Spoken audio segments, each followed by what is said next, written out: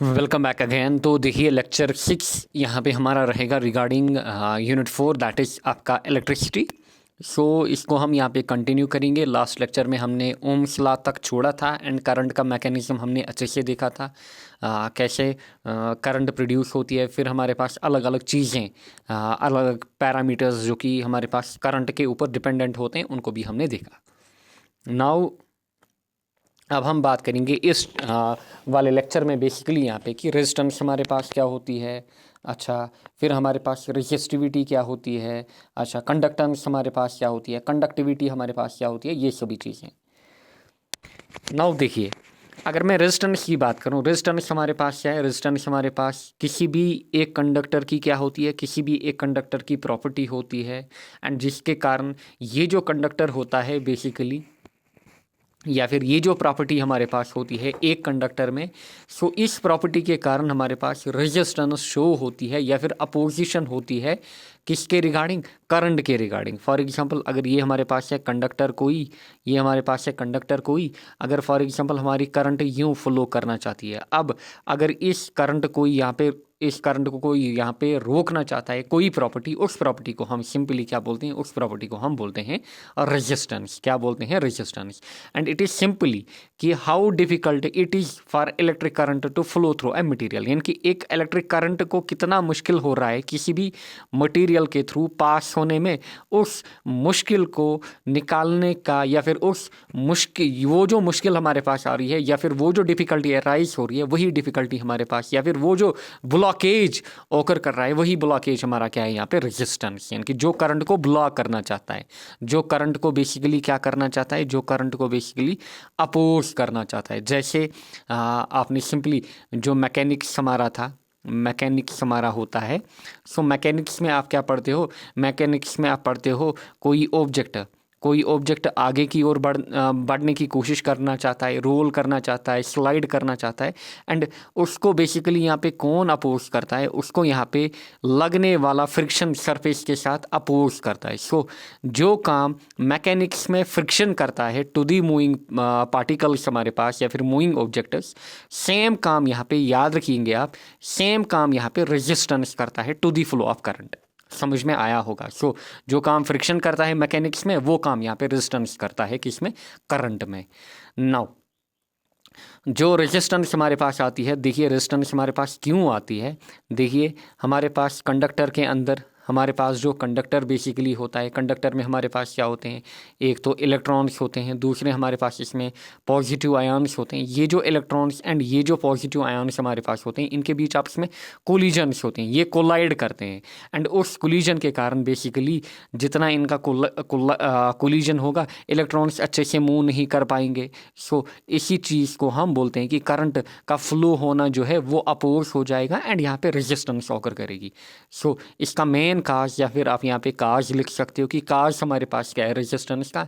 It is simply due to collision किनके बीच? Electrons and जो हमारे पास पॉजिटिव आयन्स हैं, इनके बीच। नाउ अगर हम मैथमेटिकल इक्वेशन की बात करें रेजिस्टेंस की, अभी तक हमने देखा कि हमारे पास जो V होता है दैट इज़ IR, एंड अगर आप यहाँ से R निकालना चाहो, आपका R किसके बराबर निकल के आएगा? आपका R निकल के आएगा V/I। So this is basically the mathematical expression, या फिर मैथमेटिकल इक्वेशन किसके लिए? रेजिस्टेंस के लिए। यूनिट की अगर हम बात करें, देखिए ऊपर हमारे पास क्या है? ऊपर हमारे पास वोल्टेज है, नीचे करंट। सो वोल्टेज का यूनिट हमारे पास क्या होता है? वोल्ट। वोल्टेज का यूनिट हमारे पास होता है वोल्ट। करंट का यूनिट हमारे पास होता है एम्पियर, एंड इसी वोल्ट पर एम्पियर को हम ओम के नाम से जानते हैं। इसी को हम ओम के नाम से जानते हैं, चाहे OHM लिखो आप, या फिर आप ये सिंबल यूज़ करो। सो इसी को हम किस नाम से जानते हैं? इसी को बेसिकली हम ओम के नाम से जानते हैं। समझ में आया होगा, समझ में आया होगा कि रेजिस्टेंस हमारे पास क्या होती है। नाउ ऐसा यूनिट तो आपने यहाँ पे देख लिया। नाउ बात करेंगे हम फैक्टर्स जो कि इफ़ेक्ट करते हैं रेजिस्टेंस ऑफ ए कंडक्टर को। फैक्टर्स, वो फैक्टर्स हमारे पास जो कि इफ़ेक्ट करते हैं किसको? रेजिस्टेंस ऑफ ए कंडक्टर को। नाउ पहली बात जो हमारे पास पहला फैक्टर है that is length of a conductor. जो हमारे पास रेजिस्टेंस R होती है, it is basically directly proportional to length of conductor. यानी कि जितनी कंडक्टर की लेंथ बढ़ेगी, फॉर एग्जांपल ये एक कंडक्टर हमारे पास एंड ये दूसरा कंडक्टर हमारे पास, बताइए लेंथ किस में ज़्यादा है, कंडक्टर 1 या फिर कंडक्टर 2 में। आपको क्लियरली दिख रहा है कंडक्टर 2 में जो, यानी कि जो हमारे पास L2 है that is greater then L1। Therefore जितनी लेंथ ज़्यादा उतनी रेजिस्टेंस ज़्यादा शो होगी, क्योंकि पाथ ज़्यादा ट्रैवल करनी पड़ेगी इलेक्ट्रॉन्स को, उस बीच में कोलिजन ज़्यादा होंगे। सो देयरफॉर आपको याद रखना है कि जितनी लेंथ ज़्यादा उतनी हमारे पास रेजिस्टेंस आएगी ज़्यादा। So R is directly proportional to L। Next is cross sectional area of a conductor. Cross sectional area of a conductor, देखिए ये मैंने एक वायर बनाई यहाँ पे सर्कुलर, एंड यहाँ पे मैंने दूसरी वायर बनाई सर्कुलर ही। सो इस वायर का अपना एरिया होगा, इसका अपना एरिया होगा, एंड एरिया हम, क्योंकि अगर ये सर्कुलर वायर है ज़्यादातर हम सर्कुलर ही लेते हैं, एरिया जो हमारा होगा that will be pi R square, A is equal to pi R square. या फिर अगर आप इन टर्म्स ऑफ डायामीटर निकालना चाहो दैट विल बी, जो एरिया होगा that will be pi D square 4। सो ये चीज़ें हमारे पास हैं, इन चीज़ों का आप pi by 4 D square that will B, जो एरिया हमारे पास होगा that will be pi by 4 D square, pi by 4 D square हमारे पास। सो बेसिकली अगर मैं बात करूं यहाँ पे एरिया की, जो एरिया हमारे पास होता है cross sectional area, it is basically inversely proportional to resistance, यानी कि जितना एरिया ज़्यादा, for example this is conductor 1, this is conductor 2, इसमें आपको दिख रहा होगा अगर इन दोनों की लेंथ सेम है बट इसका जो रेडियस है वो ज़्यादा है as compare to conductor 1, therefore इस केस में जो A2 होगा that will be A1, and अगर एरिया ज़्यादा फिर रेजिस्टेंस हमारे पास क्या आती है कम, therefore R2 will be less than R2, यानी कि अगर इसकी रेजिस्टेंस हम निकालें 2 की that will be less then हमारे पास R2 will be less then R1, यानी कि R1 में रेजिस्टेंस ज़्यादा होगी हमारे पास। सो जितना क्रॉस सेक्शनल एरिया हमारा बढ़ता है उतनी ही रेजिस्टेंस हमारी घटती है, ये चीज़ भी आपको फिक्स करनी है ध्यान दिमाग में। नेक्स्ट हमारे पास है nature of material. Nature of material किसका, बेसिकली कंडक्टर का। नाउ हमारे पास देखिए अलग अलग टाइप के कंडक्टर्स हो सकते हैं, या फिर अलग अलग टाइप के, सिंपली अलग अलग टाइप के मटेरियल या फिर मेटल्स हमारे पास हो सकते हैं। सो देखिए अगर मैं अलग अलग मटेरियल्स की बात करूं, for example alloys and conductors की अगर मैं बात करूं, जो हमारे पास एलॉयज़ होती है ना, एलॉयज़ में रेजिस्टेंस ज़्यादा होती है as compare to pure conductors या फिर मेटल्स। सो जो एलॉयज़ हमारे पास होती हैं, एलॉयज़ में हमारे पास रेजिस्टेंस ज़्यादा होती है एज़ कम्पेयर टू कंडक्टर्स, या फिर एज़ कम्पेयर टू हमारे पास जो मेटल्स होते हैं, एज़ कम्पेयर टू मेटल्स ज़्यादा बेटर रहेगा मेटल्स। सो देयरफॉर जो अलग अलग मटेरियल्स हमारे पास होते हैं उनके नेचर के ऊपर डिपेंड करता है किस में ज़्यादा रेजिस्टेंस होगी। फॉर एग्जांपल इंसुलेटर्स में ज़्यादा रेजिस्टेंस होती है एज़ कम्पेयर टू कंडक्टर्स, क्योंकि ये अलग मटेरियल से बने हुए होते हैं, कंडक्टर्स अलग मटेरियल से बने हुए होते हैं। सो दिस इज़ मटेरियल। सभी ऑब्जेक्टिव्स आपसे पूछे जाएंगे, बताइए किस पे रेजिस्टेंस डिपेंडेंट है किस पे नहीं है। नेक्स्ट हमारे पास है temperature of a conductor. Temperature of a conductor, जो टेम्परेचर हमारे पास है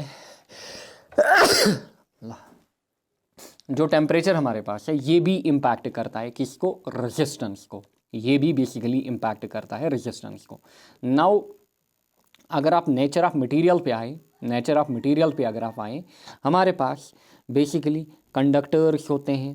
अब कंडक्टर्स में हमारे पास प्योर मेटल्स हो सकते हैं, फिर इसमें हमारे पास एलॉयज़ भी हो सकते हैं, फिर हमारे पास आ जाते हैं सेमीकंडक्टर्स। सेमीकंडक्टर्स ध्यान दीजिए, सेमीकंडक्टर्स। फिर हमारे पास होते हैं insulators.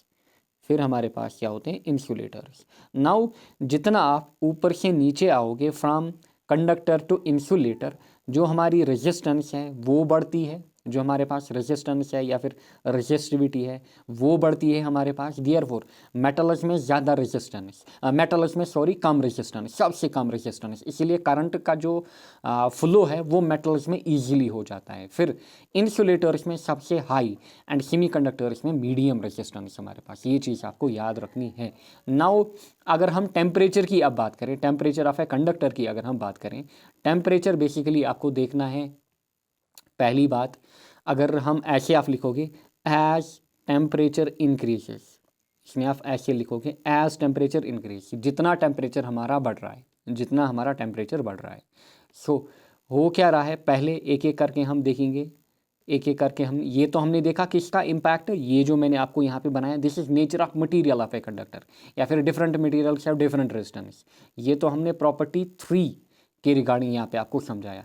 Now property 4 that is temperature of a conductor कैसे इम्पैक्ट करता है किसको, रेजिस्टेंस को। एज टेम्परेचर इंक्रीज, यानी कि जितना हमारा टेम्परेचर बढ़ेगा, जितना हमारा टेम्परेचर बढ़ेगा, होगा क्या, जो हमारे पास प्योर मेटल्स हैं, प्योर मेटल्स हैं, प्योर मेटल्स की हम बात करेंगे, फिर हम एलॉयज़ की बात करेंगे, थर्ड थिंग हम यहाँ पे सेमीकंडक्टर्स की बात करेंगे, सेमीकंडक्टर्स, नोट्स को अच्छे से मेंटेन करिएगा। अच्छा, फोर्थ थिंग हम यहाँ पे इंसुलेटर्स की बात करेंगे, इंसुलेटर्स की बात करेंगे। सो होगा क्या हमारे पास, जितना टेम्परेचर बढ़ेगा, जो प्योर मेटल्स हमारे पास हैं इनकी जो रेजिस्टेंस है ये इंक्रीज होती है। इनिशियली किनकी रेजिस्टेंस सबसे कम थी, प्योर मेटल्स की रेजिस्टेंस सबसे कम थी। अच्छा, उसके बाद जो एलॉयज हमारे पास हैं इनकी जो रेजिस्टेंस है दैट ऑलमोस्ट रिमेन्स कांस्टेंट। यहाँ पे आप लिखोगे टेम्परेचर का इम्पैक्ट इनमें आपको ज़्यादा नहीं दिखता है, सो इनमें जो हमारे पास रेजिस्टेंस है दैट रिमेन्स कांस्टेंट, सो आप लिखोगे आर रिमेन्स कांस्टेंट। इनमें R is equal to constant या फिर रिमेन्स कांस्टेंट। क्यों, क्योंकि एलाइज में हमारे पास हाई मेल्टिंग पॉइंट होता है, ये हाई मेल्टिंग पॉइंट से बनी हुई होती हैं। नेक्स्ट सेमीकंडक्टर्स की अगर हम बात करें, बताइए जो हमारे पास सेमीकंडक्टर एंड इंसुलेटर, इनमें इनिशियली क्या होता है, इन दोनों में इनिशियली रेजिस्टेंस हाई होती है।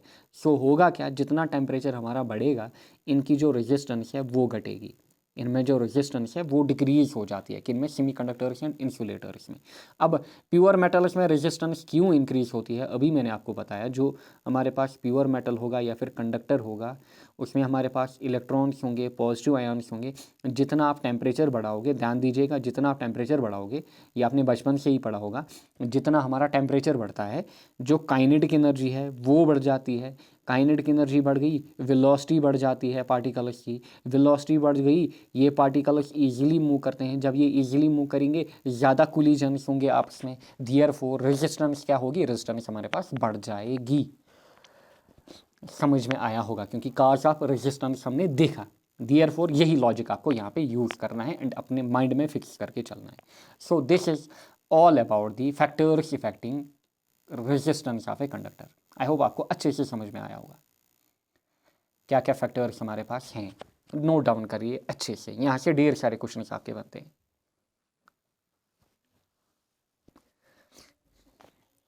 नाउ मूविंग फॉरवर्ड, नेक्स्ट हमारे पास है यहाँ पे रेजिस्टिविटी। नेक्स्ट हमारे पास है रेजिस्टिविटी, चाहे आप रेजिस्टिविटी कह लो या फिर इसको हम स्पेसिफिक रेजिस्टेंस भी बोलते हैं। किसी बुक में लिखा होगा specific resistance, this is one and the same thing. Specific resistance हमारे पास, एंड जो रेजिस्टिविटी हमारे पास है इसको हम डिनोट करते हैं रो से। जो रेजिस्टिविटी हमारे पास है इसको हम डिनोट करते हैं रो से।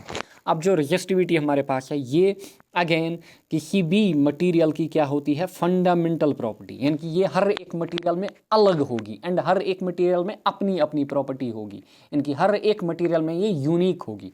Therefore it is a fundamental property of a material. ये एक मटेरियल की क्या होती है, फंडामेंटल प्रॉपर्टी होती है, यानी कि यूनिक होता है हर एक मटेरियल में। अच्छा, इसके कारण क्या होता है, इसके कारण मटेरियल शो करता है रेजिस्टेंस स्ट्रेंथ। मटेरियल क्या शो करता है, रेजिस्टेंस स्ट्रेंथ को शो करता है। इनकी देयरफॉर जो रेजिस्टिविटी हमारे पास होती है ये एक फंडामेंटल प्रॉपर्टी होती है किसी भी मटेरियल की। इनकी अगर मेरे पास है material A, material B, material C, so इन मटेरियल्स में इसका अपना रो होगा, रो ए, इसका अपना रो होगा, रो बी, इसका अपना रो होगा, रो सी। इनकी ये हर एक में अलग अलग होती है, क्योंकि ये डिपेंड करती है इसका कैसा मटेरियल होगा, इसका कैसा मटेरियल होगा, इसका कैसा मटेरियल होगा। एंड यही बेसिकली शो करती है रेजिस्टेंस स्ट्रेंथ को। ध्यान रखिएगा, कौन, रेजिस्टिविटी। नाउ अभी हमने देखा जो रेजिस्टेंस हमारे पास है that is proportional to length.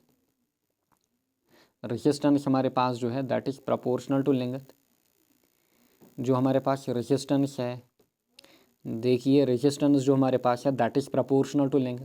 फिर हमने देखा वहीं पे जो रेजिस्टेंस है वो एरिया के रिलेटेड क्या हमारे पास है, इन्वर्स हमारे पास है, that is inversely proportional to area.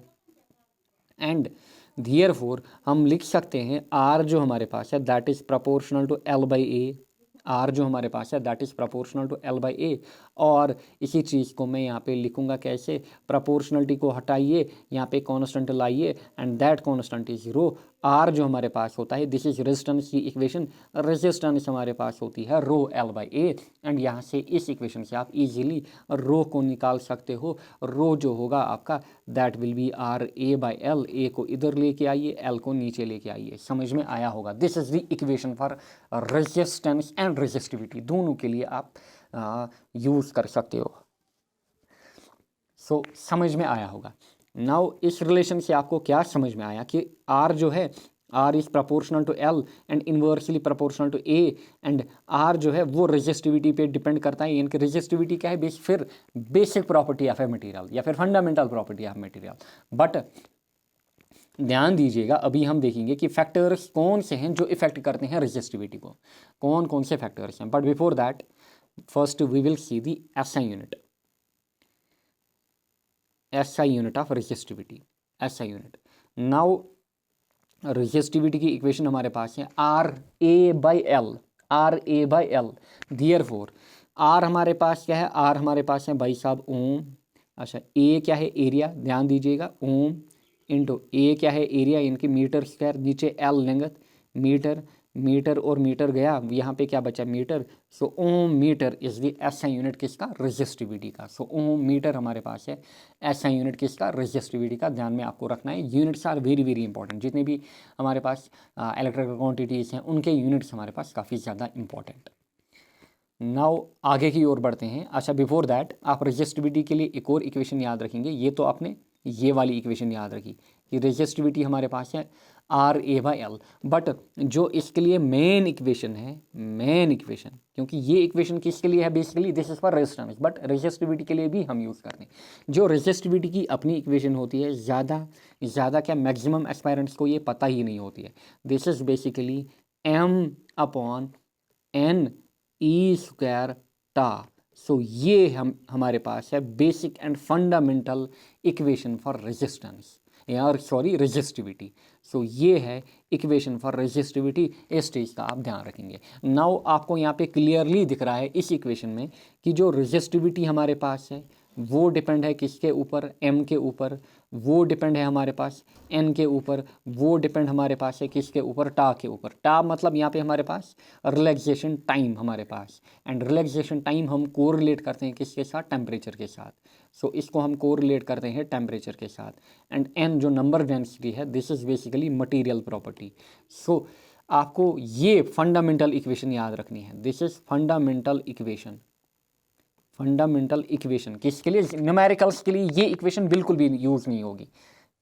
एक बात मैं आपको क्लियर करूं, जितने भी रेजिस्टेंस या फिर रेजिस्टिविटी पे न्यूमेरिकल आएंगे वो इस इक्वेशन से सॉल्व होंगे, वो इस इक्वेशन से सॉल्व होंगे। बट इस इक्वेशन से आपका थ्योरेटिकल पॉइंट सॉल्व होगा, इस इक्वेशन से आपका थ्योरेटिकल या फिर कॉन्सेप्चुअल पॉइंट सॉल्व होगा। कौन सा, ये वाला, factors affecting resistivity. So resistivity हमने देखा this is R A by L. यहाँ पे कोई भी धोखा खाएगा, यहाँ पे कोई भी धोखा खाएगा। जैसे आपने कैपेसिटेंस में धोखा खाया, C is equal to Q by V. कोई भी बोलेगा कि C जो है it is proportional to Q, it is inversely proportional to V। But वहाँ पे मैंने आपको बोला ऐसा नहीं है, it is independent of charge and potential. कौन, कैपेसिटेंस। सेम गोज विथ हमारे पास जो रेजिस्टिविटी है, सेम गोज विथ रेजिस्टिविटी।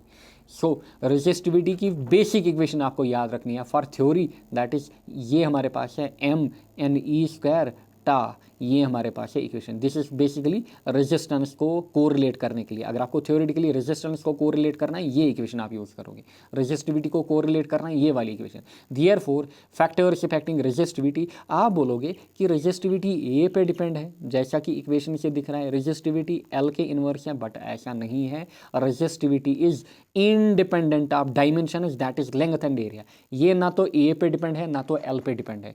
किन के ऊपर डिपेंड है, एन के ऊपर डिपेंड है, टा क्या के ऊपर डिपेंड है, देयरफॉर नेचर ऑफ मटेरियल पे डिपेंड है, देन टेम्परेचर के ऊपर डिपेंड है, देयरफॉर हमारी जो रेजिस्टिविटी है ये इन चीज़ों के ऊपर डिपेंड होती है। सो इस इक्वेशन से आप इसको कोरिलेट करोगे, समझ में आया होगा।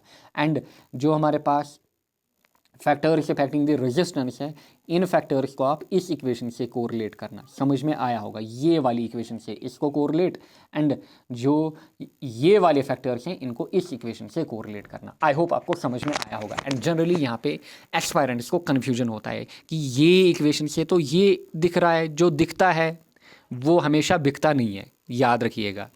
सो factors affecting resistivity, the resistivity of a material depends on nature of material of resistor, साथ ही में टेम्परेचर। देयरफॉर रेजिस्टिविटी जो हमारे पास है it is independent of dimensions, चाहे लेंथ हमारे पास हो या फिर एरिया, ये डिपेंड नहीं करती है कि वायर हमारे पास कितनी लॉन्ग है या फिर वायर की थिकनेस हमारे पास कैसी है, कितनी मोटी है, इन चीज़ों पे ये डिपेंड नहीं करता है, इन चीज़ों पे ये डिपेंड नहीं करता है। सो आई होप आपको समझ में आया होगा ये भी।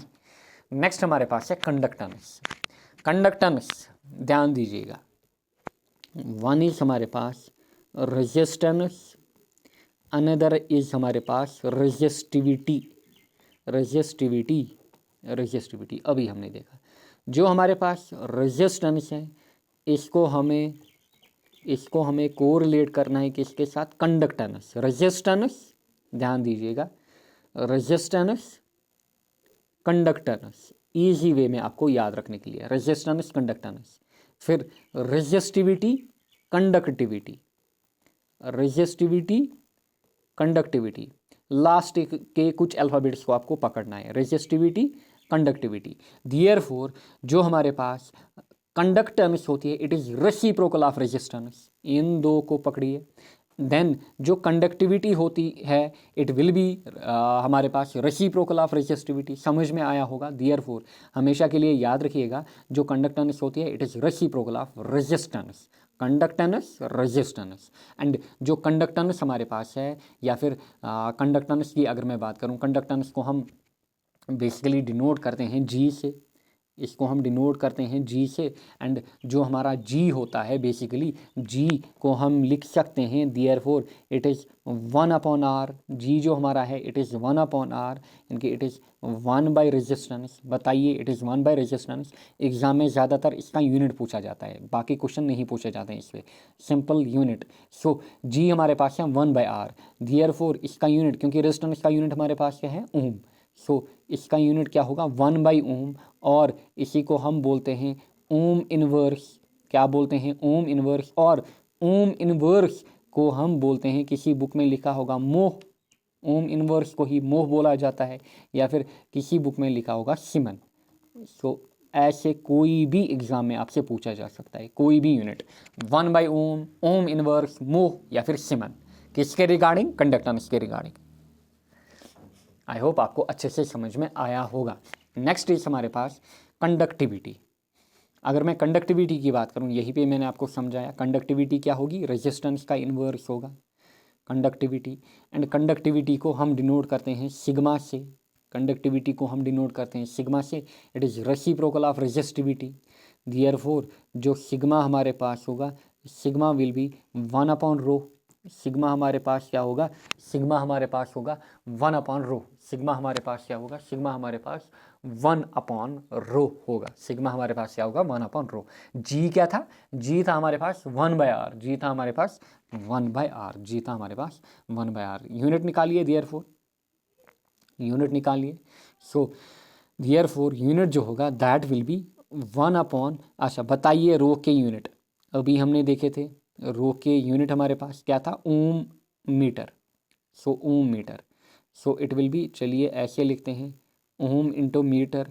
अच्छा अब इसका इन्वर्स हमें लेना है, so this will be ohm into ohm inverse meter inverse, therefore ohm inverse meter inverse. Ohm inverse को हम दूसरा नाम क्या देते हैं, mho, so that will be mho meter inverse, या फिर इसी को हम तीसरा नाम भी देते हैं that is siemens. So siemens metre inverse is the basically unit किसका, या फिर इसको हम शॉर्ट में एस से डिनोट करते हैं, SM-। So this is basically किसका यूनिट, सिमन को एस लिखना। सो दिस इज़ बेसिकली किसका यूनिट यहाँ पे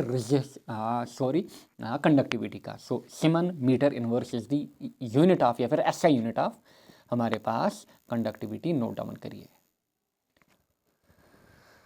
समझ में आ रहा होगा इजीली, चीज़ें आपको अच्छे से समझ में आ रही होंगी।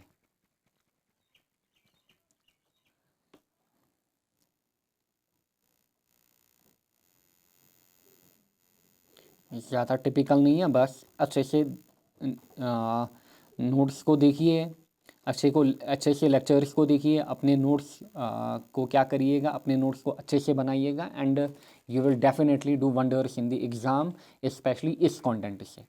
नाउ आगे बात करेंगे हम इस वाले टेबल की, वेरी वेरी इंपॉर्टेंट। यहाँ से भी ढेर सारे क्वेश्चन पूछे जाते हैं जो ऑलरेडी मैंने पहले ही आपके साथ थोड़ा बहुत डिस्कशन किया। सो हमारे पास हैं कंडक्टर्स, फिर हमारे पास है सेमी कंडक्टर्स, देन हमारे पास हैं इंसुलेटर्स। नाउ अगर मैं कंडक्टर्स की बात करूँ, यहाँ पे आपको मेटल्स भी मिलेंगे, यहाँ पे आपको एलॉयज भी मिलेंगे। नाउ मेटल्स मैंने यहाँ पे बेसिकली 3 लिए हैं, silver, copper, aluminium. Silver, copper, aluminium. Now यहाँ से इनकी रेजिस्टिविटी रो है एंड इनका जो वैल्यू है ये भी एग्जाम्स में पूछा जाता है, डायरेक्ट वैल्यूज इनके पूछे जाते हैं। नाउ अगर हम सिल्वर की बात करें, we all know that silver is the best conductor of electricity. Silver जो हमारे पास है, it is best conductor of electricity. Now ध्यान देने वाली बात, जितना आप ऊपर से नीचे आओगे, सो आप कहाँ से आ रहे हो, from conductors to semiconductors to insulators, या फिर आप आ रहे हो from metals to alloys to semiconductors to insulators. So होगा क्या, आपकी जो रेजिस्टिविटी है, बताइए रेजिस्टिविटी के साथ क्या होगा, रेजिस्टिविटी आपकी बढ़ जाएगी, यानी कि जितना आप नीचे आएंगे ऊपर, यानी कि ऊपर हमारे पास क्या होगी, मेटल्स में जो रेजिस्टेंस होगी दैट विल बी मिनिमम, इनमें मिनिमम रेजिस्टेंस होगी। जो इंसुलेटर्स हमारे पास होंगे, इनमें हमारे पास क्या होगी, मैक्सिमम रेजिस्टिविटी, यानी कि हाई रेजिस्टिविटी इनमें क्या होगी, या फिर आप इसको बोलोगे दिस इज़ लो, या फिर इसको आप बोलोगे दिस इज़ हाई। यहाँ पे समझ में आ रहा होगा। सो ये टेबल आपको बेसिकली याद रखना ही रखना है, आपके पास कोई अदर ऑप्शन है ही नहीं। सो सिल्वर, कॉपर, अल्मुनियम, फिर एलॉय के तौर पे मैंने एग्जांपल लिया है एक यहाँ पे निक्रोम। नाउ अगर आप रेजिस्टिविटी की बात करोगे, जो हमारे पास सिल्वर है, इसका जो वैल्यू है it is 1.6, it is basically 1.6 into 10⁻⁻8। Resistivity किस में हमारे पास है, ओम मीटर। सो ऐसा यूनिट तो अब आपको पता है, ओम मीटर। सो 1.6 इंटू 10⁻8। देन अगर हम बात करें कॉपर की, इट इज़ 1.69 इंटू 10⁻8। फिर अल्मुनियम की 2.63 इंटू 10⁻8। समझ में आ रहा होगा, ये वैल्यूज आपको याद रखनी है and it is this are very easy to remember. 1.6, 1.69, फिर 2.63। सो यहाँ पे 6 स्टार्टिंग में है, 6 स्टार्टिंग में है। सो 1.6, 1.69, 2.63, ये आपको याद रखने हैं, सिल्वर, कॉपर, अल्मुनियम के, ये डायरेक्ट एग्जाम्स में पूछे जाते हैं। फिर एलॉयज की अगर मैं बात करूं, इनमें आपको हाई रेजिस्टिविटी दिखेगी, किन के कंपैरिजन में, मेटल्स के कंपैरिजन में। कितनी, इनमें हमारे पास होती है 110 इंटू 10⁻8। यहाँ से 10⁻8 सभी में कॉमन आपको दिख रहा है, सो थोड़ी बढ़ गई। फिर जर्मीनियम, सिलिकॉन, यानी कि सेमी कंडक्टर्स में अगेन जो हमारे पास बेसिकली जो क्या बोलते हैं इसको, जो रेजिस्टिविटी है वो बढ़ जाती है, वो जो रेजिस्टिविटी हमारे पास है वो बढ़ जाती है। फॉर एग्जांपल जर्मीनियम में जो वैल्यू है इट इज़ 0.6, सिलिकॉन में जो वैल्यू है इट इज़ 2300। या फिर कभी कभार हम ऐसे भी बोलते हैं, इनमें जो रेंज है इट इज़ 10⁻⁻4 टू 10⁻+4। इनमें जो रेंज है रेजिस्टिविटी का इट इज़ 10⁻⁻4 टू 10⁻4। 10⁻4 यहाँ पे याद रखिएगा, 10⁻4 हमारे पास, यानी कि 10,000 तक। देन अगर हम बात करें इंसुलेटर्स की, इनमें जो रेजिस्टिविटी का वैल्यू हमारे पास है इट इज़ 10⁻10 टू 10⁻17। ध्यान दीजिएगा, 10⁻17 तक इनकी जो रेजिस्टिविटी है वो जाती है, यानी कि very high resistivity. For example गिलास हमारे पास, पेपर हो गया, रबर हो गया, इबोनाइट हो गया, ये सभी आपको याद रखने हैं। सो ये हमारे पास क्या है, इंसुलेटर्स, ये हमारे पास क्या है, इंसुलेटर्स। और चीज़ें भी आप इसमें जोड़ सकते हो, अगर आप यहाँ पे ऐड करना चाहते हो, पीवीसी को आप लिख सकते हो, यहाँ पे आप बैकलाइट को लिख सकते हो। अगेन है पॉलीमर हमारे पास, पीवीसी भी बेसिकली हम कहाँ से बनाते हैं, पॉलीमर से। अच्छा, फिर सिरेमिक हो गया हमारे पास, जो आउटर कवरिंग्स हमारे पास होती हैं, या फिर एस्बेस्टॉस हो गया हमारे पास। ये कुछ फर्दर एग्जांपल्स हैं जो इंसुलेटर्स में एग्जाम में पूछी जाती हैं। बताइए यहाँ पे कौन कौन सा हमारा इंसुलेटर है। Glass, paper, rubber, ebonite. And ebonite में ऑलमोस्ट सबसे ज़्यादा क्या होती है हमारे पास, इबोनाइट में सबसे ज़्यादा हमारे पास रेजिस्टिविटी होती है। ऐसे ही पीवीसी, बेकलाइट, सिरेमिक, एस्बेस्टॉस, ये सभी भी हमारे पास हैं। दीज आर आल्सो इंसुलेटर्स, ये सभी भी हमारे पास इंसुलेटर्स हैं। समझ में आया होगा, समझ में आया होगा। नाउ देखिए higher the value of resistivity, higher the value of resistivity of a material, higher will be it is resistance and lower will be it is conductivity. So जितनी रेजिस्टिविटी हमारे पास क्या होगी, जितनी रेजिस्टिविटी हमारे पास किसी मटेरियल की ज़्यादा होगी, सो ध्यान दीजिएगा, higher the value of resistivity higher will be it is resistance, but lower will be it is conductivity. क्योंकि रेजिस्टिविटी जो हमारे पास है, रेजिस्टिविटी इज हमारे पास 1/, किसका, 1/, सिग्मा, यानी कि 1/, कंडक्टिविटी। सो वो हमारे पास क्या होगा, वो हमारे पास लोअर कंडक्टिविटी को शो करेगा, यानी कि वो बेटर कंडक्टर हमारे पास नहीं होगा जिसमें रेजिस्टिविटी हाई होगी। सो रेजिस्टिविटी हाई या फिर रेजिस्टेंस हाई, जो कंडक्टिविटी होगी, कंडक्टिविटी हमारे पास क्या होगी, कंडक्टिविटी हमारे पास लो होगी।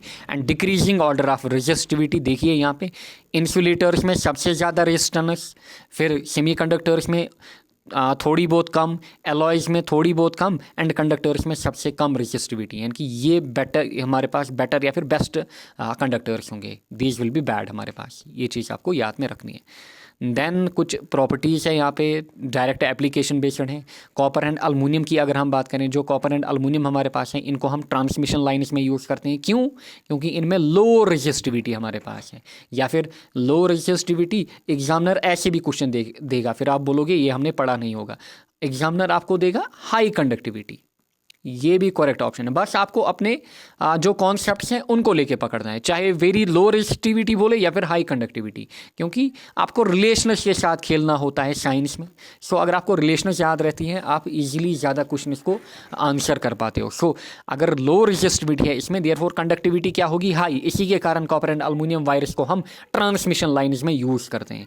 फिर सिल्वर की अगर हम बात करें, सिल्वर हमारे पास बेस्ट कंडक्टर, क्यों? अगेन उसमें जो रेजिस्टिविटी होती है वो लो होती है, जैसा कि यहाँ पे हमने देखा सिल्वर में हमारे पास जो रेजिस्टिविटी है वो लो है। जैसा कि मैंने यहाँ पे शो किया कि ऊपर इस टेबल में लो रेजिस्टेंस होगी, जितना आप नीचे आएंगे रेजिस्टिविटी हमारे पास बढ़ेगी, रेजिस्टिविटी हमारे पास बढ़ेगी। सो सिल्वर इसीलिए हमारे पास क्या है, बेस्ट कंडक्टर। देन निक्रोम की अगर हम बात करें, निक्रोम हमारे पास is used for making heating element. तो निक्रोम हमारे पास है एलॉय। अच्छा, again electric appliance like electric iron में, इलेक्ट्रिक हीटर में, इनमें आप क्या देखोगे, एलॉयज़ को देखोगे आप। क्यों? क्योंकि इनमें हायर रेजिस्टिविटी होती है as compare to pure metals. ध्यान दीजिएगा, हायर हमेशा नहीं होती है बाकियों के कंपैरिजन में। हम खाली कंपेयर कर रहे हैं इनको प्योर मेटल के साथ। प्योर मेटल के कंपैरिजन में अगर यहाँ पे आप इस डायग्राम में या फिर इस टेबल में प्योर मेटल एंड एलॉयज़ को कंपेयर करोगे, आपको क्लियरली दिखेगा प्योर मेटल्स में जो रेजिस्टिविटी हमारे पास है it is low, and alloys में हमारे पास है हाई। इनको कंपैरिजन करने पर, इनको आपस में कंपेयर करने पर। सो इसीलिए जो मेटल्स हैं उनको हम इनमें यूज़ नहीं करते हैं। हम बेसिकली किन को यूज़ करते हैं, हम हीटिंग एलिमेंट में एलॉयज़ को यूज़ करते हैं, ना कि प्योर मेटल्स को। इसीलिए क्योंकि इनमें हाई रेजिस्टिविटी होती है एंड हायर मेल्टिंग पॉइंट भी होता है। ये चीज़ आपको ध्यान में रखनी है।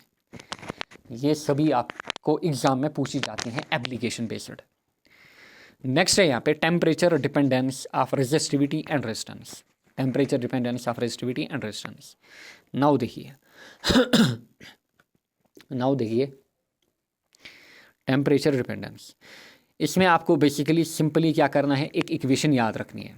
इसमें आपको बेसिकली क्या करना है, इक्वेशन याद रखनी है। Now temperature dependence of resistivity की अगर हम बात करें, हमारे पास एक इक्वेशन आती है रेजिस्टिविटी की, कि जो हमारे पास रेजिस्टिविटी है at any point of time. यहाँ पे आप लिखोगे resistivity at any temperature, at any temperature. Resistivity at any temperature, rho हमारे पास होता है रो नॉट यानी कि जो इनिशियल रेजिस्टिविटी हमारे पास होगी at standard temperature into 1 plus delta T into 1 plus delta T into 1 plus delta T. So ये हमारे पास है इक्वेशन। रो हमारे पास है rho naught into 1 plus delta T, rho naught into 1 plus delta T, यानी कि जो रेजिस्टिविटी हमारे पास होती है किसी एक टेम्परेचर पे, it is equal to rho naught into 1 plus T. And rho naught याद रखिएगा, रो नॉट हमारे पास क्या है, this is resistivity at standard temperature. Resistivity जो कि एग्जाम में आपको दिया जाएगा, रेजिस्टिविटी एट स्टैंडर्ड टेम्परेचर। किसी स्टैंडर्ड टेम्परेचर पे हमारी रेजिस्टिविटी इतनी है, फिर आपको बोलेगा डेल्टा टी। डेल्टा टी यहाँ पे क्या है, डेल्टा टी हमारे पास है बेसिकली यहाँ पे change in temperature. Delta T हमारे पास क्या है, डेल्टा टी हमारे पास है simply change in temperature. For example अगर हमारे पास टेम्परेचर T2 इनिशियल T1 था, फाइनल T2 बना, सो अगर टेम्परेचर इंक्रीज हुआ उस कंडीशन में हम लिखेंगे T2 माइनस T1, ऐसे हम लिखेंगे T2 माइनस T1। सो ऐसे आप याद रखोगे। फॉर एग्जांपल हमारे पास इनिशियली अगर मैं बात करूं, इनिशियली लेट टेम्परेचर अगर कितना है 0 डिग्री सेल्सियस, सो उस टाइम हम बोलेंगे जो रेजिस्टिविटी हमारे पास है that is rho naught, that is rho naught. And इसी टेम्परेचर को मैं बोलूँगा लेट T1। एंड दूसरा जो टेम्परेचर है T2 that is T degree Celsius हमारे पास। एंड इस कंडीशन में हमारे पास जो रेजिस्टिविटी होगी that will be rho. So rho naught is initial resistivity किस टेम्परेचर पे, एक स्टैंडर्ड टेम्परेचर पे। एंड रो हमारे पास है फाइनल रेजिस्टिविटी जब हमने टेम्परेचर को चेंज किया, जब हमने टेम्परेचर को चेंज किया यानी कि T डिग्री सेल्सियस हमने चेंज किया। कितना चेंज किया, T डिग्री सेल्सियस हमने चेंज किया। सो इस इक्वेशन का हम यूज़ करते हैं, इस इक्वेशन का हम यूज़ करते हैं। सिमिलरली रेजिस्टेंस के लिए भी इसी इक्वेशन का हम यूज़ करते हैं। रेजिस्टेंस एट एनी टेम्परेचर हमारे पास क्या होती है, इनिशियल रेजिस्टेंस कितनी है इंटू 1 प्लस हमारे पास, सॉरी यहाँ पे है alpha delta T, into 1 plus alpha delta T, 1 plus alpha delta T, 1 plus alpha delta T. And alpha याद रखिएगा, अल्फा क्या है यहाँ पे, अल्फा इज हमारे पास temperature coefficient of resistivity, temperature coefficient of resistivity. So this is basically temperature coefficient of resistivity, temperature coefficient of resistivity. Now इस equation के रिलेटेड आपको याद क्या रखना है, अब इस इक्वेशन के रिलेटेड याद क्या रखना है आप, जनरली जो हमारे पास मेटल्स होते हैं यानी कि मेटलिक कंडक्टर्स होते हैं, उनमें जो अल्फ़ा का वैल्यू हमारे पास होता है दैट इज़ पॉजिटिव। उनमें जो अल्फ़ा का वैल्यू हमारे पास होता है पॉजिटिव, अल्फ़ा मतलब टेम्परेचर कोफिशिएंट, अल्फ़ा मतलब टेम्परेचर कोफिशिएंट, पॉजिटिव मतलब it is greater than zero, it is basically greater than zero. So यहाँ पे इस इक्वेशन में देखिए अल्फ़ा, सो अल्फ़ा अगर ग्रेटर देन ज़ीरो हुआ, देयरफॉर हमारे पास टेम्परेचर बढ़ाने पे क्या होता है, हमने ये भी देखा है मेटल्स में, जितना हम टेम्परेचर बढ़ाते हैं इनकी रेजिस्टिविटी बढ़ती है। क्यों? क्योंकि इनमें जो अल्फ़ा होता है बेसिकली पॉजिटिव होता है। यहाँ से भी आप इस चीज़ को कोरिलेट कर सकते हो, इनमें जो अल्फ़ा होता है that is basically positive.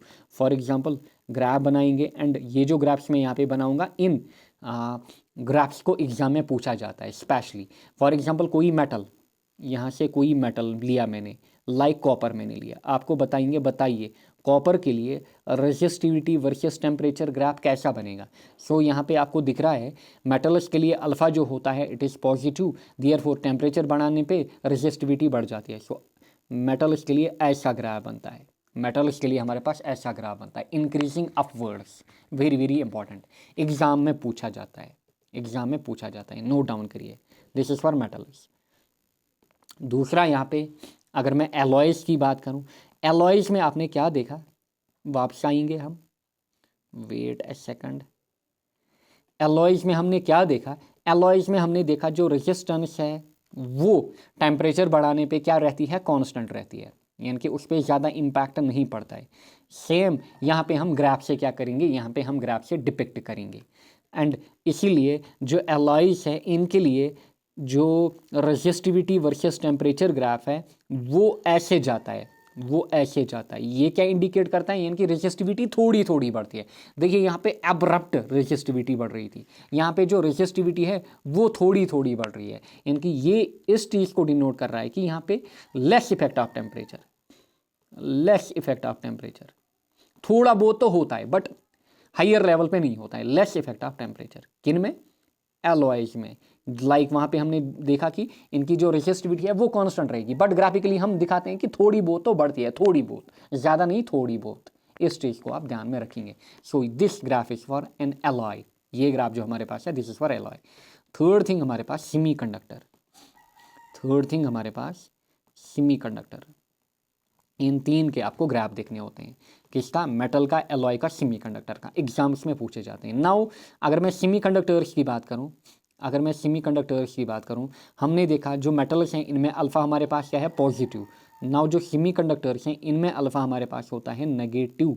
Therefore, या फिर आप बोल सकते हो कि इनमें भी, इंसुलेटर्स में भी सेम थिंग।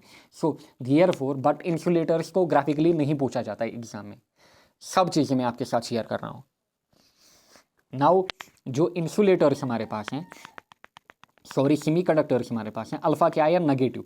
इसीलिए आप देखते हो टेम्परेचर बढ़ा, अल्फ़ा मतलब नेगेटिव मतलब लेस देन ज़ीरो, इसीलिए टेम्परेचर बढ़ाने पे इनकी जो रेजिस्टिविटी है वो घट जाती है, इनकी जो रेजिस्टिविटी है वो घट जाती है, क्योंकि इनमें जो अल्फ़ा है, अल्फ़ा का वैल्यू क्या आएगा, अल्फ़ा का वैल्यू ज़ीरो के नीचे आएगा। अगर अल्फ़ा का वैल्यू ज़ीरो के नीचे आएगा, ये इस साइड में जो राइट हैंड साइड में जो इक्वेशन हमारे पास है इसका वैल्यू कम आएगा, देयरफॉर ये जो रो है ये बेसिकली कम आएगा इनमें, देयरफॉर रो इनमें क्या हो जाता है, रो इनमें डिक्रीज हो जाता है। एंड ग्राफिकली हम ऐसे शो करेंगे इसको, ग्राफिकली हम इसको ऐसे शो करेंगे, देखिए this is resistivity versus temperature, graphically हम ऐसे शो करेंगे। यानी कि यहाँ से जितना टेम्परेचर बढ़ रहा है, देखिए इनिशियली इनमें इतनी रेजिस्टिविटी थी, अब जितना टेम्परेचर बढ़ रहा है रेजिस्टिविटी जो है वो घट रही है, रेजिस्टिविटी हमारे पास जो है वो घट रही है। दिस इज द ग्राफ इनके लिए, सेमी कंडक्टर्स के लिए, this is for semi conductors. I hope आपको ये चीज़ें भी समझ में आई होंगी, नोट डाउन करिए, अच्छे से चीज़ों को नोट डाउन करिए। नाउ सेमी कंडक्टर हमारे पास क्या होता है, सेमी कंडक्टर की भी यहाँ पे हम बात करेंगे, फिर हम क्वेश्चंस को देखेंगे। सेमी कंडक्टर की अगर मैं बात करूँ, सेमी कंडक्टर हमारे पास मटेरियल या फिर सबस्टांस होते हैं जिनकी जो इलेक्ट्रिकल कंडक्टिविटी है वो लाई करती है between conductors and insulators. For example हमने देखे कंडक्टर्स, फिर हमने देखे सेमी कंडक्टर्स, फिर हमने देखे इंसुलेटर्स। अच्छा, यहाँ पे हमने क्या देखा, हमने देखा कि इनकी जो रेजिस्टिविटी है वो लो है, या फिर आप बोलोगे इनकी जो कंडक्टिविटी है वो हाई है। इंसुलेटर्स के लिए आप बोलोगे इनकी रेजिस्टिविटी हाई है एंड इनकी जो कंडक्टिविटी है वो लो है। एंड देयरफॉर जो सेमी कंडक्टर्स हैं ये बीच में लाई करते हैं, किनके बीच में लाई करते हैं, इनकी इलेक्ट्रिकल कंडक्टिविटी या फिर इनकी electrical resistivity lies between conductor and insulator, conductor and insulator के बीच में लाई करती है। समझ में आया होगा, इनकी इनमें मीडियम होगी, रेजिस्टिविटी भी मीडियम, कंडक्टिविटी भी मीडियम।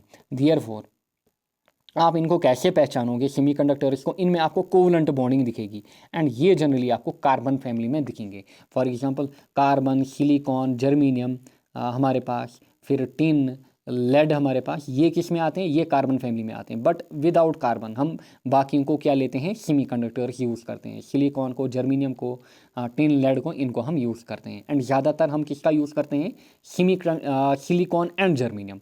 सो जो कार्बन फैमिली हमारे पास है ये आपको याद रखनी है, कौन सी फैमिली, कार्बन फैमिली में एग्जिस्ट करती है पीरियोडिक टेबल में, पीरियोडिक टेबल की मैं बात कर रहा हूँ।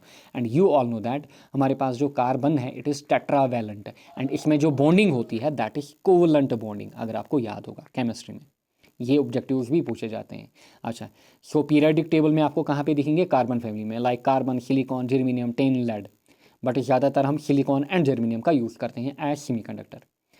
देयरफॉर इनकी जो रेजिस्टिविटी होती है वो डिक्रीज हो जाती है विद इंक्रीज इन टेम्परेचर, ये तो हमने देखा, क्योंकि इनिशियली इनमें रेजिस्टिविटी हाई होती है, किन के कंपैरिजन में, मेटल्स के कंपैरिजन में इनमें, या फिर कंडक्टर्स के कंपैरिजन में इनमें रेजिस्टिविटी हाई होती है। देयरफॉर टेम्परेचर बढ़ाने पे इनकी रेजिस्टिविटी घट जाती है, जैसा यहाँ पे हमने ग्राफिकली भी डिपिक्ट किया।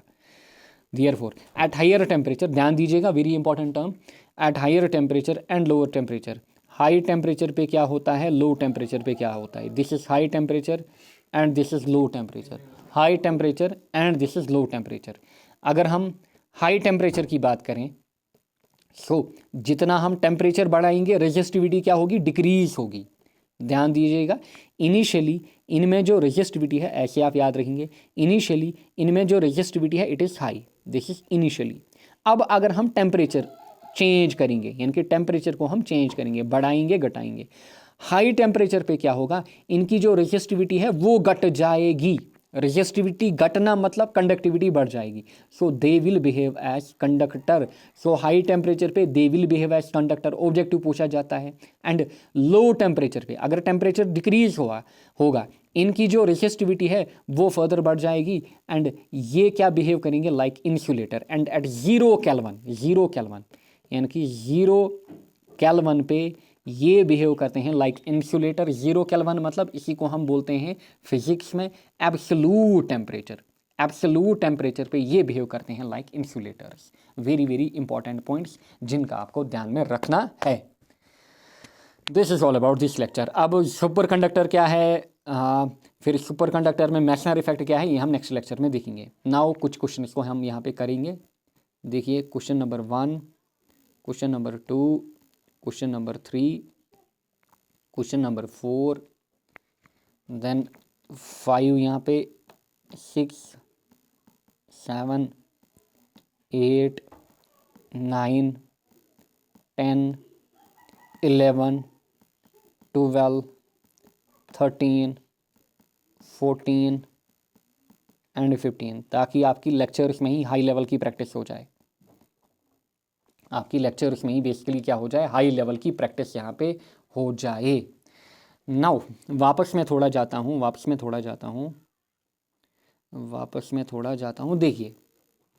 देखिए यहाँ पे भी इस चीज़ को हम समझेंगे कि हमारे पास एक परफेक्ट कंडक्टर क्या होता है, परफेक्ट इंसुलेटर क्या होता है। Perfect conductor and perfect insulator. Perfect insulator ये ऑब्जेक्टिव्स में पूछा जाता है। Perfect conductor, perfect insulator. Now perfect conductor की अगर मैं बात करूं, परफेक्ट कंडक्टर कौन सा कंडक्टर होगा। देखिए अच्छा पहले बताइए कि कंडक्टर किसको हम बोलते हैं। आप बोलोगे परफेक्ट कंडक्टर हम इसको बोलते हैं जिसमें, देखिए ऊपर लिखा हुआ है, कंडक्टर हम इसको बोलते हैं जिसमें रेजिस्टिविटी क्या होगी, मिनिमम। नाउ रेजिस्टिविटी मिनिमम या रेजिस्टिविटी लो, कितनी लो हो सकती है, 0 हो सकती है। आप बोलोगे देयरफॉर जो परफेक्ट कंडक्टर हमारे पास है उसमें रेजिस्टिविटी 0 हो सकती है। अगर रेजिस्टिविटी 0 हुई उस कंडक्टर को हम बोलेंगे परफेक्ट कंडक्टर, यानी कि इसमें रेजिस्टेंस बिल्कुल 0। बट ऐसा पॉसिबल हमारे पास प्रैक्टिकली नहीं होता है, बट हम कुछ कंडक्टर्स को ऐसे बना सकते हैं जिनको फॉर एग्जांपल हमारे पास सुपर कंडक्टर्स होते हैं, उनमें हम रेजिस्टिविटी का वैल्यू 0 बना सकते हैं। ये हम आगे बात करेंगे फिर। अच्छा फिर परफेक्ट इंसुलेटर की अगर मैं बात करूं, बताइए इंसुलेटर हमारा क्या हुआ। इंसुलेटर आप जितना नीचे आए, देखिए हमारे पास है इंसुलेटर में हमने देखा कि हमारे पास क्या है, जो रेजिस्टिविटी है दैट इज मैक्सिमम या हाई। अब कितनी हाई हो सकती है, कितना बड़ा वैल्यू, आप कितने बड़े वैल्यू तक आप जा सकते हो। आप बताओगे मैथमेटिक्स में हम इन्फिनिटी तक जा सकते हैं। देयरफॉर ऑब्जेक्टिव आपसे पूछा जाएगा। समझ में आया होगा कैसे कोरिलेट कराया मैंने। सो ये इससे कोरिलेट करोगे, ये इससे कोरिलेट करोगे। सो परफेक्ट कंडक्टर में रेजिस्टिविटी कितनी, 0। परफेक्ट इंसुलेटर में रेजिस्टिविटी कितनी, इनफाइनाइट। ऑब्जेक्टिव में पूछा जाएगा। आगे बढ़ते हैं। The resistance of a wire of length L and area A is इतना कितना, 0.2 ओम। सो हमारे पास है, देखिए एक कंडक्टर हमारे पास है या फिर एक वायर हमारे पास है जिसकी लेंथ कितनी है L एंड जिसका एरिया हमारे पास कितना है A एंड द रेजिस्टेंस इसकी दी हुई है कितनी, रेजिस्टेंस हमारे पास है 0.2 ओम। अच्छा द रेजिस्टेंस, अब देखते हैं क्या बोल रहा है। The resistance of a wire of same material. अब इसने क्या ली है, एक वायर ली है ऑफ सेम मटेरियल सेम है, but of length 2L, length को इसने चेंज किया है 2L and cross sectional area को बनाया है 4A। आपको बोलना है भाई साहब कि जो नई रेजिस्टेंस है वो कितनी होगी, एंड देखिए रेजिस्टेंस हमारे पास किसके बराबर है, R is equal to rho L by A. Resistance हमारे पास है बेसिकली किसके बराबर, rho L by A.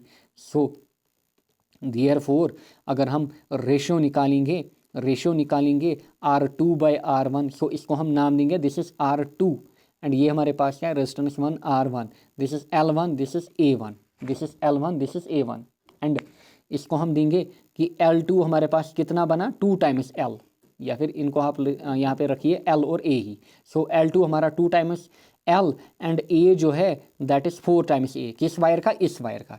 So therefore आप लिखोगे R2/R1 किसके बराबर होगा, R2/R1 हमारे पास किसके बराबर होगा, देखिए और रो को यहाँ से पिक्चर से हटाइए। सो R बेसिकली है proportional to L/A, so R2 हमारे पास क्या होगा, L2/A2 डिवाइड बाई R1 किसके बराबर, L1/A1। सो कंपेयर करिए इनको, कंपेयर करिए इनको, R2, अच्छा R2 में L2/A2, L2 कितना यहाँ पे हमारा 2L, अच्छा A2 कितना 4A, A2 कितना 4A डिवाइड बाई, अच्छा हमारे पास इसका क्या है L और A, so L/A, so this is L/A। सो इसको आप लिखोगे 2L/4A इंटू A/L, A गया A गया L गया L गया। सो आपके पास क्या बचा 2/4। इस साइड में R1 आपको गिवन है कितना, R1 आपको गिवन है 0.2 ओम, सो दिस इज 0.2। सो निकालिए R2 को, R2 विल बी 2, अच्छा यहाँ से 2 यहाँ से 4, 2/4 कितना होता है 1/2, 1/2 कितना 0.5, 0.5 इंटू 0.2 जब आप करोगे आपका आंसर निकल के आएगा कितना, यहाँ पे 0.1। समझ में आया होगा, समझ में आपको आया होगा यहाँ पे। So it is basically 0.2 into 1/2, या फिर it is simply 0.5 into 0.2 and that is हमारा कितना, दैट इज़ 0.1, दैट इज़ 0.1, यानी कि 0.2 को आपको आधा करना है, 0.2 को आधा करना है, दैट इज़ हमारा 0.1। सो 0.1 हमारा आंसर रहेगा। Next, identify the correct statement among the following. पहला रेजिस्टिविटी, ध्यान दीजिएगा आपको पहले हमेशा ऐसे क्वेश्चंस में क्या करना है, देखना ऊपर करेक्ट पूछ रहा है कि इनकरेक्ट पूछ रहा है। फिर जनरली हम या फिर आप क्या करते हो, क्वेश्चन गलत करके आते हो, क्वेश्चन को अच्छे से रीड करना है, स्पेशली जहाँ पे आपको 3-4 स्टेटमेंट्स दिखें। आइडेंटिफाई द करेक्ट स्टेटमेंट या फिर S statements from the following. पहली रेजिस्टिविटी, देखिए रेजिस्टिविटी की बात कर रहे हैं, resistivity of a material is dependent on nature of a material, बिल्कुल सही बोल रहा है, रेजिस्टिविटी जो है वो डिपेंड होती है नेचर ऑफ मटेरियल पे। फिर resistivity of a material is independent of area, बिल्कुल बिल्कुल इंडिपेंडेंट होती है किसके, एरिया के ऊपर, क्योंकि resistivity dimension that is length and area पे डिपेंड नहीं होती है। Resistivity of a pure metal is more than alloy, क्या मेटल में रेजिस्टिविटी ज़्यादा होती है एलॉय से, नहीं, एलॉय में ज़्यादा होती है, एलॉय में रेजिस्टिविटी या फिर रेजिस्टेंस ज़्यादा होती है मेटल से, देयरफॉर ये रॉन्ग है। So only statement 1 and 2 are correct. So देखिए कहाँ पे है, option C, both 1 and 2 are correct, both 1 and 2 are correct. समझ में आया होगा।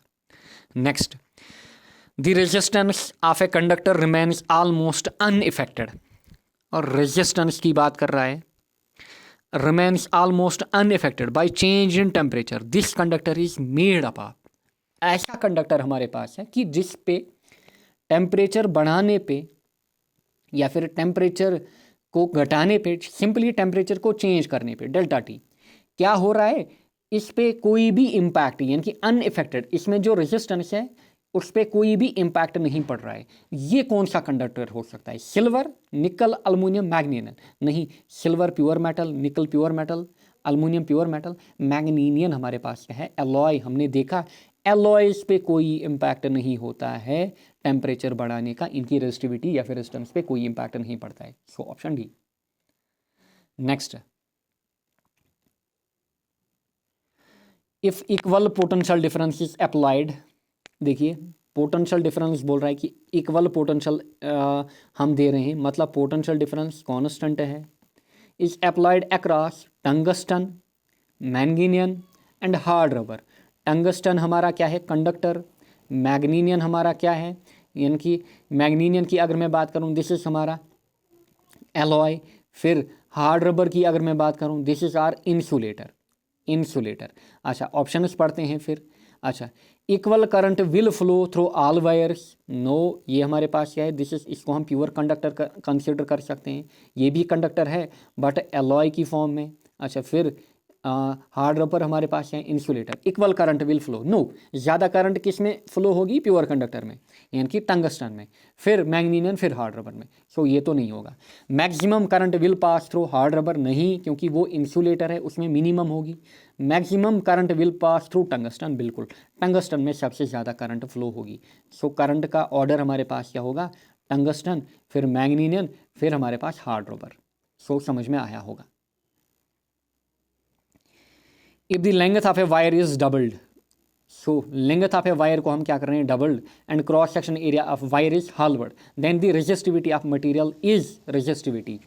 सो आप क्या करोगे, आप लिखोगे rho is equal to R A by L. आप बोलोगे ए क्या किया है, इसने हाफ किया है, एंड एल क्या किया है, एल किया है डबल। आप इक्वेशन को करने बैठोगे, नहीं, हमें पता है जो रो है that is independent of length and area, independent of dimension, so unchanged, कोई भी चेंज नहीं होगी। आप कितनी भी लेंथ बढ़ा लो, आप कितना भी डायमेंशन चेंज कर लो, आप कितनी भी थिकनेस इसकी बढ़ा लो घटा लो, कोई भी इंपैक्ट नहीं पड़ेगा रेजिस्टिविटी के ऊपर, क्योंकि it is the property of a material. ये मटेरियल की रगों में अंदर बसी हुई होती है।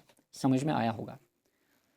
नेक्स्ट हमारे पास है Ashutosh plotted voltage and current of 2 ohmic conductors and found that slopes of these 2 conductors are 10 and 50 respectively.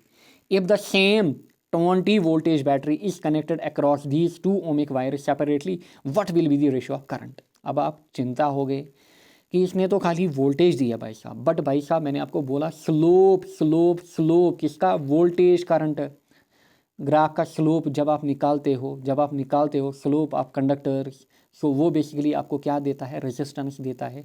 So therefore R1 हमारे पास कितनी 10, अच्छा R2 हमारे पास कितना 50, एंड वोल्टेज जो दिया है दोनों के लिए दैट इज सेम, कितना 20 वोल्ट। याद रखिएगा tan ऑफ थीटा ही हमारे पास समझाया हुआ है लास्ट लेक्चर्स में, tan ऑफ थीटा यानी कि स्लोप ही हमारे पास क्या होता है, रेजिस्टेंस। सो हमारे पास V is equal to IR, I हमारे पास क्या होगा, अच्छा हमें क्या निकालना है, what will the ratio of current flow, ratio of current. So I जो हमारे पास होगा, I will be V by R. So I1 by I2 हमें निकालना है, I1 by I2। So I1 by I2 क्या होगा, V by R1 divide by V by R2। समझ में आया होगा, क्योंकि I हमारे पास है V बाई R, एंड ऊपर से V क्या है, दोनों में कांस्टेंट। सो इसका कितना बनेगा 20, R1 कितना हमारे पास, R1 10, अच्छा फिर इसका अगेन 20 डिवाइड बाई 50। सो ये और ये गया, अच्छा या फिर ऐसे हम करेंगे, वेट ए सेकंड, या फिर ऐसे हम लिखेंगे 20 बाई 10 इंटू यहाँ पे ऊपर 50 बाई 20। सो 20 गया, हमारे पास बचा 50 by 10, that is basically 5 by 1 या फिर 5:1, 5 बाई 1 या फिर 5:1। समझ में आया होगा, अच्छे से समझ में आया होगा कैसे इस क्वेश्चन को करना था। सो स्लोप को आपको पकड़ना था बेसिकली इस क्वेश्चन में। एंड ये जो क्वेश्चन हैं, अब कोई बोलेगा हार्ड लेवल के, these are basically 10th level question. Conduction in liquid occurs when, बताइए, मैंने आपको बताया था कि जो हमारे पास सॉलिड्स होते हैं उनमें कैसे कंडक्शन ओकर करती है, लिक्विड्स एंड गैस में कैसे ओकर करती है, बताया था। लिक्विड्स एंड गैसेस में motion of positive and negative charges के कारण हमारे पास कंडक्शन होती है, सॉलिड्स में मोशन ऑफ इलेक्ट्रॉन्स के कारण। समझ में आया होगा। 18 volt is equal to dash 3 ohms, 6 ampere, watt, milli ampere, joules. So volt किसका यूनिट, यहीं पे आप समझिए वोल्टेज का, ओम किसका यूनिट, रेजिस्टेंस का, यहाँ पे खाली जगह, यहाँ पे इनटू लिखा है। So we know that V is equal to IR, therefore यहाँ पे करंट का वैल्यू आएगा। सो यहाँ से 18, यहाँ से 3, सो 6 × 3, देयरफॉर ये हमारा 6 एम्पियर होगा यहाँ पे, ना कि 6 वाट या 6 जूल या 6 मिली एम्पियर, क्योंकि हम एसआईज में देख रहे हैं। हम किस में देख रहे हैं,